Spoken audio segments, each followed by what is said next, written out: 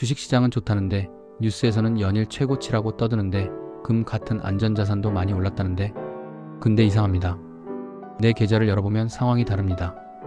한숨만 나옵니다. 도대체 왜일까요? 시장은 다 오르는데 왜 내 수익률만 이렇게 소박한 걸까요? 혹은 더 솔직하게 말하면 왜 아직도 마이너스일까요? 아주 중요한 이야기부터 하나 짚고 가겠습니다.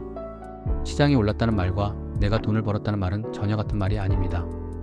뉴스에서 말하는 시장이라는 건 아주 일부 자산의 평균적인 움직임일 뿐입니다. 누군가는 크게 벌었고 누군가는 제자리였고 누군가는 잃었습니다.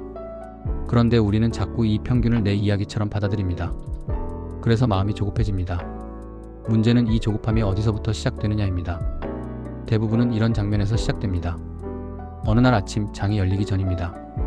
뉴스를 보는데 밤사이 미국 증시가 크게 올랐다는 이야기가 나옵니다. 기술주가 강했다. 인공지능이 다시 불붙었다. 전문가들은 이제 시작이라고 말합니다. 이때 머릿속에 가장 먼저 떠오르는 생각 이거죠. 어제 안 산 게 너무 아쉽다. 이 감정이 바로 대부분의 개인 투자자 매매의 출발점입니다. 그래서 장이 열리자마자 계좌를 켭니다. 차트를 봅니다. 이미 꽤 많이 오른 종목입니다. 머리로는 알고 있습니다. 이미 많이 올랐고 지금 들어가면 위험할 수도 있다는 거. 그런데 손은 이미 매수 버튼 근처에 가 있습니다. 왜냐하면 마음속에서는 이런 말이 더 크게 들리거든요. 이번에는 다르다. 결국 매수를 합니다. 그날은 기분이 좋습니다. 시장도 좋고 내가 산 종목도 오릅니다. 이때 뇌는 아주 강하게 학습합니다. 아, 내가 잘 선택했구나. 문제는 그 다음부터입니다. 며칠 뒤 주가는 흔들리기 시작합니다. 큰 악재는 없습니다. 그냥 쉬어가는 구간입니다. 그런데 내 계좌는 플러스였다가 마이너스로 내려옵니다. 이때부터 생각이 바뀝니다. 역시 너무 늦게 들어온 건가? 불안해집니다. 하루에도 몇 번씩 차트를 봅니다. 그러다 어느 날 평소보다 큰 음봉이 나옵니다. 그 순간에는 분석도 계획도 없습니다. 그냥 팝니다. 손실을 확정 짓고 나니 이상하게 마음이 편해집니다. 그런데 며칠 뒤 그 종목은 다시 오르기 시작합니다. 뉴스가 또 나옵니다. 조정은 매수 기회였다는 말. 이 문장을 보는 순간 드는 감정 후회입니다. 조금만 더 버틸걸. 이 후회는 다음 매매를 더 망칩니다. 이번에는 더 빨리 들어가고 더 늦게 나가려고 합니다. 이렇게 한번 꼬인 매매는 연속으로 이어집니다. 그래서 시장은 오르는데 내 수익률은 늘 제자리인 겁니다.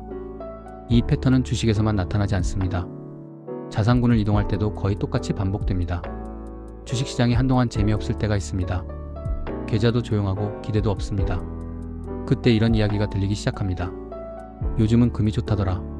안전자산으로 돈이 이동하고 있다더라. 처음에는 흘려듣습니다. 그런데 금 가격이 계속 오릅니다. 차트를 보면 이미 꽤 올라와 있습니다. 그래도 마음속에서는 이렇게 합리화합니다. 그래도 안전자산이잖아. 그래서 주식을 줄이고 금을 삽니다. 마음이 편해집니다. 변동성도 줄어든 것 같고 왠지 현명한 선택을 한 것 같습니다. 그런데 시간이 지나도 수익은 크지 않습니다. 금 가격은 횡보합니다. 그때 또 다른 이야기가 들립니다. 이제 다시 위험자산으로 자금이 이동한다. 이번에는 주식이 오르기 시작합니다. 특히 내가 예전에 팔았던 그 종목들이 더 잘 갑니다. 결국 금을 팔고 다시 주식으로 이동합니다. 그리고 이상하게도 이 시점이 주식의 단기 고점인 경우가 많습니다. 왜냐하면 이야기가 바뀌었다는 건 이미 시장의 움직임이 어느 정도 끝났다는 뜻이기 때문입니다. 이렇게 우리는 자산 배분을 한다고 생각하지만 실제로는 늘 가장 비싼 쪽으로 이동합니다. 그래서 분산을 했는데도 수익이 나지 않는 겁니다. 여기에 하나 더 겹칩니다. 바로 분할 매매입니다. 이번에는 분할로 들어가야지 이렇게 다짐합니다. 그래서 첫 매수는 아주 소액입니다. 그런데 주가가 오릅니다. 이때 분할 매수의 원칙은 사라집니다. 이럴 줄 알았으면 더 살걸. 그래서 두 번째, 세 번째 매수는 오히려 더 큰 금액이 들어갑니다. 평균 단가는 점점 올라갑니다. 반대로 주가가 떨어질 때는 어떨까요? 아직 더 떨어질 수 있어. 이 생각 때문에 추가 매수는 하지 않습니다. 결국 분할 매수는 말뿐이고 실제 행동은 정반대가 됩니다. 여기까지 들으셨다면 공통점이 보이실 겁니다. 지식이 없어서가 아닙니다. 정보를 몰라서도 아닙니다. 오히려 너무 많은 정보를 보고 너무 자주 반응하기 때문에 생기는 문제입니다. 그래서 이 말을 꼭 드리고 싶습니다. 투자는 예측 게임이 아닙니다. 반응을 줄이는 게임입니다. 투자 잘하는 사람들은 미래를 정확히 맞춰서 돈을 버는 게 아닙니다. 그들은 움직이지 않아도 되는 상황에서 가만히 있는 능력이 뛰어납니다. 투자 잘하는 사람은 매매를 잘하는 사람이 아닙니다. 매매를 안 해도 되는 시간을 견디는 사람입니다. 지금까지 이야기한 모든 사례들, 주식 추격 매수, 손절 후 재진입, 자산군 이동, 분할 매매 실패, 이 중에서 하나라도 낯설지 않다면 여러분은 투자에 재능이 없는 게 아닙니다. 너무 인간적인 겁니다. 문제는 그 인간적인 선택을 반복하면서도 나는 다음에는 다를 거라고 믿는 데 있습니다. 시장은 계속 변합니다. 유행하는 자산도 계속 바뀝니다. 하지만 개인 투자자의 실수 패턴은 놀라울 정도로 변하지 않습니다. 그러면 우리가 바꿔야 할 투자 관성은 어떤 걸까요? 지금처럼 시장이 좋은데도 내 수익률만 소박해지는 구조에서 확실히 벗어나게 해주는 방향입니다. 첫 번째로 바꿔야 할 건 투자를 대하는 목표입니다. 많은 분들이 이렇게 생각합니다. 시장을 이겨야 한다. 남들보다 더 벌어야 한다. 그래서 항상 비교가 시작됩니다. 하지만 개인 투자자가 현실적으로 가져야 할 목표는 시장을 이기는 게 아닙니다. 시장을 망치지 않는 겁니다. 다시 말해, 큰 실수를 하지 않는 것, 치명적인 선택을 피하는 것, 이게 가장 중요한 목표입니다. 시장 평균 수익률을 꾸준히 따라가기만 해도 대부분의 개인 투자자들보다는 훨씬 좋은 성과를 냅니다. 그런데 우리는 늘 평균을 무시하고 한 방을 노립니다. 이 순간부터 게임이 꼬입니다. 두 번째는 투자 기준을 숫자가 아니라 행동으로 정해야 합니다. 사람들이 말하는 기준은 대부분 이런 겁니다. 몇 퍼센트 오르면 판다. 몇 퍼센트 떨어지면 손절한다. 그런데 이 숫자 기준은 막상 시장이 흔들리면 거의 지켜지지 않습니다. 그래서 기준은 이렇게 바뀌어야 합니다. 나는 어떤 상황에서 절대 매매하지 않는가? 어떤 뉴스에는 반응하지 않기로 했는가? 계좌를 얼마나 자주 보지 않기로 했는가? 이게 진짜 기준입니다. 예를 들어 이런 겁니다. 단기 뉴스로 급등한 종목은 그날은 절대 매수하지 않는다. 하루의 계좌는 한 번만 본다. 이미 정해둔 자산 비중은 분기 단위로만 조정한다. 이런 행동 기준이 없으면 아무리 좋은 전략도 실전에서는 무너집니다. 세 번째는 자산군 이동을 결심의 문제가 아니라 자동화의 문제로 바꾸는 겁니다. 지금까지 우리는 자산을 옮길 때마다 항상 판단을 했습니다. 지금은 주식이 위험한 것 같아. 이제는 금이 좋아 보여. 다시 주식으로 가야 하나? 이 판단이 들어가는 순간 이미 늦을 확률이 높습니다. 그래서 자산 배분은 이렇게 접근해야 합니다. 미리 비중을 정해두는 겁니다.